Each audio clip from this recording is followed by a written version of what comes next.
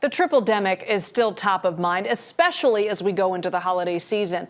RSV is not a new virus, but this year it's reaching new levels, and there still isn't a vaccine available. Joining me now is Dr. Neha Narula from Stanford Health Care. Thank you so much for joining us. Why are the cases higher this year? Does it have anything to do with our immune systems being impacted by the pandemic and all of us wearing masks for the past 2+ years? Indeed. I mean, you're absolutely right. RSV has been around for decades, and every year we tend to see a reemergence in the winter months.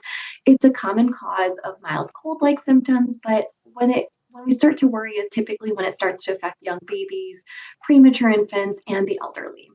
This year, what we saw was surges starting as early as June. And every month it's been getting a little bit worse. And we're seeing kids that are a little bit older getting affected. And that's really driving impactions across the US in the ER settings as well as pediatric hospitals. Now, we don't know exactly what's caused this, but we are speculating that because of all the shelter in place, the social distancing, the masking, all the precautions we took in the pandemic, infants and children that would have otherwise been exposed, typically almost everyone's exposed by the age of 2 to 3, that these children, they didn't really have a chance to get that exposure because of all these precautions that we were taking. And now that shelter in place has, we've removed that, masking mandates are gone, we're kind of returning back to our normalcy. They are now being exposed for the first time, and that is why we are seeing such spike currently. It's not that our immune system is lower, it's just that we haven't really had the exposure yet for the immune system to be prepared for this. Right. So can we protect ourselves? Do you wear a mask? Is it just about washing your hands every 30 minutes? I'm mostly concerned about the young and elderly family members during the holiday gatherings. What should we be doing if obviously a lot of us are going to be seeing our family members? Indeed. Like you mentioned, Tripledemic, right? It's flu season, it's COVID, and RSV. They're all in the mix together. And especially if you will be seeing our elderly, our new babies in the family, or immunocompromised family or friends, it's important to take a few measures. First and foremost, the best thing you can do, get vaccinated. If you haven't been vaccinated against the flu, or if you're not up to date on the COVID boosters or the initial vaccines, go ahead and get those done. Actually, this week would be great because it takes a couple weeks to mount that full antibody response. And so getting it now so that way you're good for Christmas and New Year's is ideal. Secondly, be a bit more cautious, not just during your travel, but also a week or two before so you don't pick any viruses up.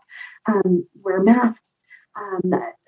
Viruses like the RSV virus can actually stick around on surfaces. So if you are out and about at the mall or even at the grocery store, make sure you're washing your hands. Hand hygiene is important. Masking up is important. And then if you are traveling, use the COVID home antigen kits. Those are great. I usually suggest trying to get one test at least 3 to 4 days before your travel, and then another one on the day of, so that way you're in the clear. And then, of course, things that, keep all of our immune systems well functioning, eating healthy, getting your fruits and vegetables in, getting your sleep in. This time of year, we're so preoccupied with shopping and holiday parties and everything. You want to make sure you're not skipping out on sleep, you're staying hydrated, stay away from, tobacco or excessive alcohol or substance use. Those all negatively impact the immune system. So, all these things will will take you far in terms of keeping yourself protected as well as your family. And then most importantly, I would say if you're even feeling a twinge of symptoms or feel like you're coming down to something, don't go. Keep yourself safe, keep yourself, away from those vulnerable family members. So that way you don't pass them on to, you don't pass on any devastating effects of something that could potentially be mild for you to grandma, grandpa, or your new niece and nephew. Sure. Yeah, when we're talking about this Tripledemic, we're talking about flu, COVID, and RSV, and a lot of them feel similar when those first symptoms come on, the tickle in the throat, maybe a little sniffle, maybe a cough. So what specific symptoms should we be looking out for when it comes to RSV and COVID? Is it the difference between having a fever and not having a fever? What should we be looking out for? Oh, I wish it was that simple. Yeah. All three viruses, they're all respiratory illnesses. And unfortunately, like you mentioned, they have quite a few overlapping symptoms. So fever tends to be something that's shared between flu, COVID, as well as RSV, runny nose, congestion, cough even. So it's really hard to actually differentiate between them. Even we as medical providers, we rely on testing and PCR tests to confirm who has what. Hmm. There are a few subtle differences that sometimes can help distinguish. So with anyone that has had the flu, you're knocked out, right? You feel like you've been hit by a truck, lots of fatigue, lots of muscle aches, body aches, weakness. Sometimes the flu can also bring gastrointestinal symptoms like nausea and vomiting, which is not really common with RSV or COVID.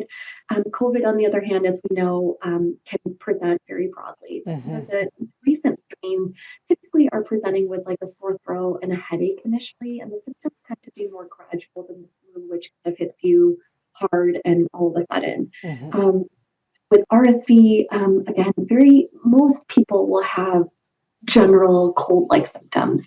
But in our elderly, in our immunocompromised, as well as our babies, we tend to see more lethargy or like inability to kind of keep up with those same energy levels that they will usually have, decreased appetite, and then at its worst, breathing difficulties. So having to feel like you need to work excessive amounts to even just get a breath in. Hmm. In babies, we tend to see a lot of retractions, meaning use their accessory muscles to get air inside of them. You can see some head bobbing. You can see kind of their ribs going in and out, their shoulders going up and down. So if you or your loved one is getting to that point, you need to seek medical care immediately. Yeah. For milder symptoms, these can be managed at home typically with hydration for all three viruses. In fact, lots of hydration, lots of rest, and over-the-counter symptomatic treatment. But again, if a child or an immunocompromised or elderly individual is having a hard time breathing, is not able to keep down fluids or and take in any food, um, get in touch with your medical provider so we can guide you on next steps and potential treatments Right. depending on what. Right. It feels like everybody is sick around here, whether it be just the cold or RSV, or it just feels like we all have a little something going on. So this is great advice. Dr. Neha Narula from Stanford Health Care, thank you so much for that great information. Thank you for having me. Stay well You and be too. healthy. Yes, you too.